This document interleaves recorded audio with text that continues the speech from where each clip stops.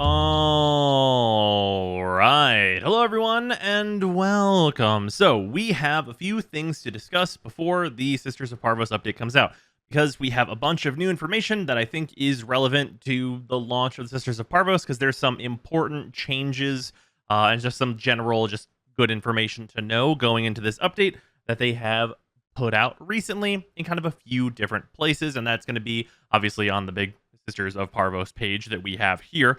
And also in the Yareli trailer, both of which we are going to be watching in this video. So, first and foremost, the actual Sisters of Parvos update trailer. We're going to go through that, and then I'm going to talk about kind of the important things that are in that to know going forward. So, we're going to jump right into this first, and I'll go over things as they become relevant.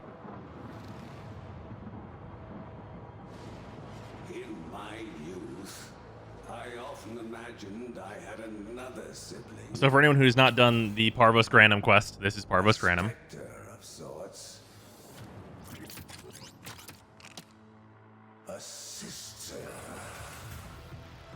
These are, of course, the Sisters of Parvos, which are the Corpus Liches. I'll point it out whenever it's more prevalent.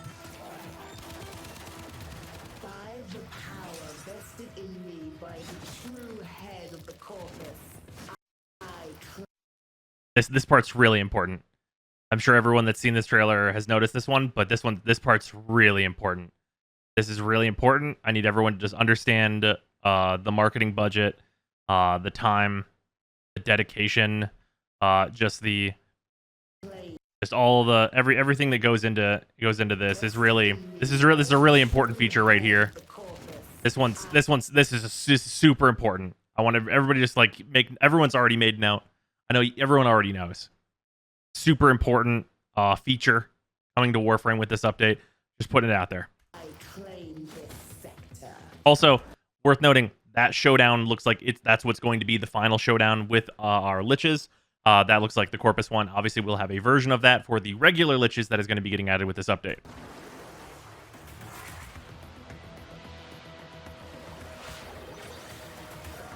We'll talk more about Yareli during her trailer.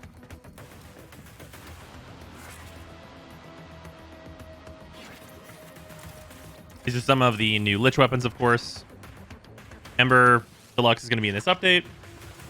So this is an important note for anyone that missed it. All of the new Syndicate armors and stuff are going to be added with this update. We do not know yet if they are going to be tradable. But if you're looking to get this stuff fast, you should start building up your Syndicate rep now. It's probably going to cost a lot of Syndicate rep. So you're going to want to max that stuff out and just leave it maxed for when the update hits. So you can immediately, cash out and get as much armor as possible. If you want to, cash in on this system immediately and get all the armor from one, and then maybe switch sides and get all the armor from the other one. So that's the thing to start working on now.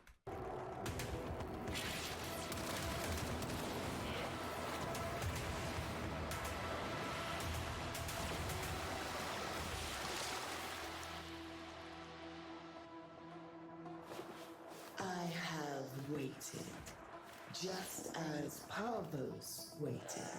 Okay, really important thing here that you can see really prominently. On the Robo Dogs, they fixed them to not look absolutely idiotic. Instead of them like wearing your Warframe's head where their head should go, it is a hologram of the Warframe's head that you created them with, which in this case, as you can see, is Mag.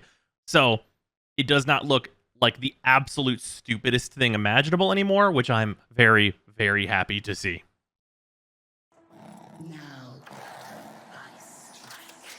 A few different variations of the Liches and such there as well. Okay, so we have those details. And then in general here, just relevant information that's available in here. The new weapons are called Tenet weapons instead of Kuva weapons. You have the Diplos, which is new, the Envoy, which is new, the Spirix, which is new, the Tetra, which is a new variant of the Tetra. Yes, another Tetra variant, which I don't have great hopes for. We have a Tenet Flux Rifle, which I really, really hope is good, because the Flux Rifle used to, way back in the day, be a hyper-relevant, one of the best weapons in the game, if anyone can even believe that. The Tenet Archiplasmor, which I know a lot of people have high hopes for it to essentially just be an unnerfed version of the regular Plasmor, which I don't know if we're going to be getting that. And then, very importantly, the Tenet Cycron. This re-engineered Cycron features a refracting energy disc that can split off its main target, hitting up to 2 additional nearby targets. This is a Kuva new core. It's the Corpus new core. That is literally what this says. Like pretty much just straight out. It's just completely honest, and it just says, hey, it's the Cycron Kuva new core. So this weapon will probably be very, very good. If I had to take any kind of a reasonable guess, just based off of its special ability, that seems like that's going to be pretty strong. And then we have the Tenet Detron as well. And the Detron stats, like those could really matter. It being a secondary shotgun means its stats probably need to be a little weird or quite high in order to be super relevant. But with enough status, you can do some pretty nutty things with a Detron. So we'll see how this goes as well. Now then, talking about Yareli, we have some information here, but the actual trailer will talk about this better. So let's show this stuff.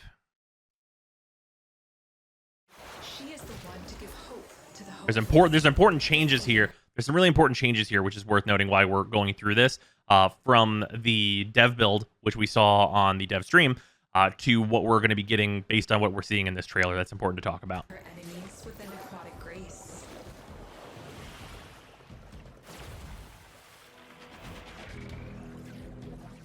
This is Yareli, the selfless, the wave rider.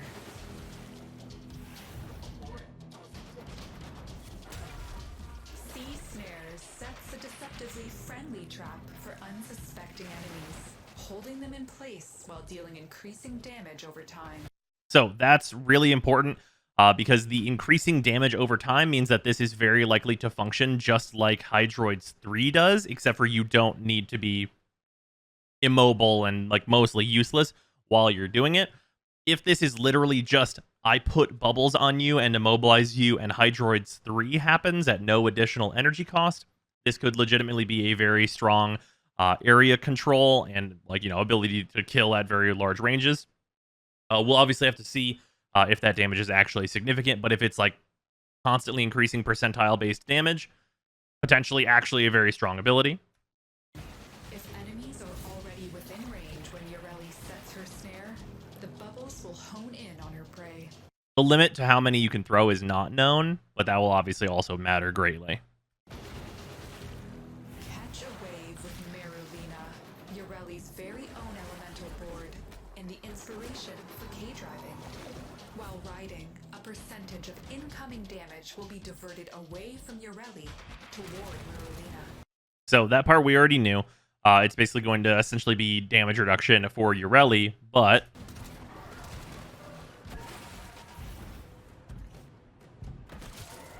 Aqua Blades emits high-speed protective cyclones around Yareli. So the really important part that's mentioned here is that they are protective. I think that would mean that this would be similar to Baruch's ability, where he surrounds himself with the blades. This sounds like this is going to give damage reduction in addition to its other effects, in which case that combined with Marulina would probably make Yareli a very safe Warframe to use if you're utilizing both at the same time. Because if you're getting damage reduction from these blades and then combine that with diverting a portion of your damage to Marulina, Yareli herself would take an incredibly low amount of damage, as long as, of course, the numbers are in the right spots. So that could be potentially extremely useful and make it so that this ability maybe does not necessarily need to do super high damage to be relevant. Enemies that foolishly attempt to break through this barrier become staggered and take damage. One of the new rocket launcher Tenet weapons. It's the current that'll get you, Tenno. Riptide conjures a captivating jet of water that draws in her. So this is different than the dev build, massively so. So on the dev build that we saw on the dev stream, it would zoop enemies up and just immediately explode them out everywhere, which is useless, complete trash. What this does now is it is essentially like a more, I guess you could call it, it's like a halfway point between like a Vauban Vortex and a Zephyr Tornado is basically how it looks. Where it's going to draw all these enemies in and keep them in a ball, but when the ability ends, that's whenever it's going to blow all the enemies up and away. So this just being an ability to zoop all the enemies together means that Yareli combined with AoE weapons, especially given what we know her passive is, which is a huge amount more crit, whenever she is moving for more than 1.5 seconds, which is no big deal at all, means that she's probably going to be able to kill groups very, very quickly with AoE style weapons. Her enemies, ragdoll launched outward, taking increasingly lethal damage based on the amount of enemies caught within. That part is the part that, if there's anything that has the potential to be too strong on Yareli, it's that. Based on how much range there is and the amount of scaling damage per enemies caught, that is the exact functionality that made Limbo very briefly, before it was nerfed into the ground, an S-rank Warframe, where he could clap on, clap off the entire map instantaneously over and over again. So that certainly has a huge amount of potential on release, but if it is actually that good, I wouldn't expect it to stay around for really any amount of time, unless the range on this ability is absolutely pitiful, and then the ability would just be bad anyway. Yareli fights for those who need it most, and strikes fear into those who oppress. Do you dream of water, Tenno? So, the other important part here is that she is K-Drive related. Obviously, we guessed that, but it was not super confirmed until recently. She is going to be unlocked from the Wave Rider quest, a comic-based series of K-Drive challenges in the Orb Valis that award Yareli's main blueprint. Research the rest of her parts from the new Bash Lab Dojo room, and bring the event kid's beloved hero to life. So, the Bash Lab Dojo room, obviously, if for any of you that are logging on, if you have a clan, that is going to be the absolute first thing that you're going to want to do, is get on and build the dojo room. Unless someone else logged in before you and built the dojo room. This is almost certainly going to be, the first thing you're going to want to work on, because of the large time gates that are associated with the dojo, and also with researching things in new lab rooms and such. It's going to be very, very important to get that online pretty much immediately. And otherwise, if you don't have a K-Drive, if you've not gotten a K-Drive yet, this is maybe the time to do that. Doing these K-Drive challenges is almost certainly going to award XP just like the races, and due to changes that have come with K-Drives, the races are actually a pretty good way to level K-Drives at this point. So it probably won't be too big a deal to go through and do these. I can't imagine they're going to be too particularly hard, although I know a lot of people don't like K-Drives for a variety of good reasons. So yeah, that's generally the stuff that we know with Yareli. We have, of course, some descriptions here that are, this is basically what we went over with in the video. We do have her alternate helmet here. And then, add the Ember, all this stuff. And then this is the part detailing that the Kuva Liches are getting some upgrades. And then the Liches are going to be faster. It's not super specific about how exactly or how much faster those things are going to be. But it says a streamlined murmur system that identifies Requiem as faster, which... how much faster? Is that, twice as fast? Is that 30% faster? We really don't know until this is out. We are going to be getting the Requiem mod that is all things, and this is dropped exclusively from Liches, which basically means that you'll occasionally, whenever you defeat a Lich, I assume, get an Ool, and then be able to use that on your future couple Liches, or it might only have one charge. We actually don't know. But that'll basically make your next Lich faster if you have one of these. I would actually anticipate that this Requiem mod may be a source of platinum, especially depending on whether or not you're allowed to use more than one of it to kill a Lich. Because if we're in a situation where you could just equip all three and instantly kill a Lich, I think that this has the potential to be hey, if you're willing to just grind out and do Liches, maybe sell these for platinum to other players. That's just a general thing that I noted while looking through here. So that is a consideration. And then the new Requiem Ultimatum, a gear item that can be used on any influence node to summon your Lich or sister to fight on your terms. This is the I will fight my Lich ability, which is, it's a gear item. We don't know how we're going to craft it or how expensive it's going to be. Maybe it'll be cheap. Who can say? And then we have 3 new Kuva weapons that are important. We have the Kuva Heck, which has the additional ability to fire from all 4 barrels simultaneously. So it's going to have a huge amount of burst capabilities. That should hopefully be pretty powerful as long as the stats are high enough at a base level. Just using 4 bullets at a time to do 4 times the damage all at once, potentially very good. Kuva Zar obviously is a nice AoE weapon. Having a stronger version has a high likelihood to be good. And then we have the Kuva Grattler, which is also an AoE weapon and has a high likelihood to be good. If the numbers are good, you will probably be able to wipe out whole rooms with this. Similarly to some of the other Arcwing weapons that we have right now. And then Railjack Edition. So Voidstorm Rewards 2.0. Basically, you're going to get an additional currency for doing Void Storms and then be able to turn those in for the new different weapons. These new different weapons are going to be on a rotation with Ergo, who is the leader of the Corpus Syndicate, for anyone who doesn't know. So that'll be on relays. And that's the 3 new weapons. One's a sword and shield, one is a big sword, and then one is a two-handed Nikana.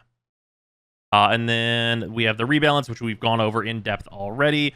And then the Tesha Steelpath Honors are expanding to include new rewards. There's going to be a new shotgun mod, which is a random thing to note here. Legendary rank 1. This is not really detailed what we're going to be getting with that. I will be getting to this pretty much immediately, but of course we'll know what it does whenever the patch drops, almost certainly. But this is pretty vague right now. The helmet editions, which we've already gone over in another video. Companion changes. So this was not really talked about very much. Basically, you're going to be able to take your Kubro or Kavat and turn them into a puppy or kitten once again, if you want to, which is sure, absolutely, why not? Their former stats and customization will remain intact. If you want to like bring them back up, see if you got a 5 form of Kavat that you don't use and it was an adorable kitten, that it's a thing that you're allowed to do. Also, they are completely removing DNA stability and loyalty degradation from the companion system. Great, perfect, awesome. We got rid of the stasis stuff. We got rid of DNA stability and loyalty degradation. A bunch of the annoying stuff about pets is just going away, and that's great. And then new Tenogen items, which is great for people that are looking for more customization. So just generally, update on what is going into the new update and some of the interesting changes that we were looking at. I think Yareli looks a lot better based on her trailer. Like there are a lot of like really major changes that make her seem like she's going to at least be, like pretty decent and like usable. Mostly centered around her 4 being a huge grouping ability and her 3 and 2 possibly combining together to have a very, very strong amount of damage reduction. I'm still a little worried about her K-Drive movement and such, but it sounds like her 1 might also be a useful ability. So if we get like 4 like reasonable abilities, then that's going to be pretty good. And if the scaling damage on her 4 is out of control, she might be absolutely insane. So much better than what we saw in the dev build. Seems like there have been some changes there to address some of like the weird issues she seemed to have in the dev build. So that's perfect. But yeah, that is going to do it for this kind of just general update before Sisters of Parvos comes out on the new information that we have. If there's anything that I missed, feel free to tell me in the comments. And yeah, I will see you guys for the update. Yeah, see you then. Goodbye.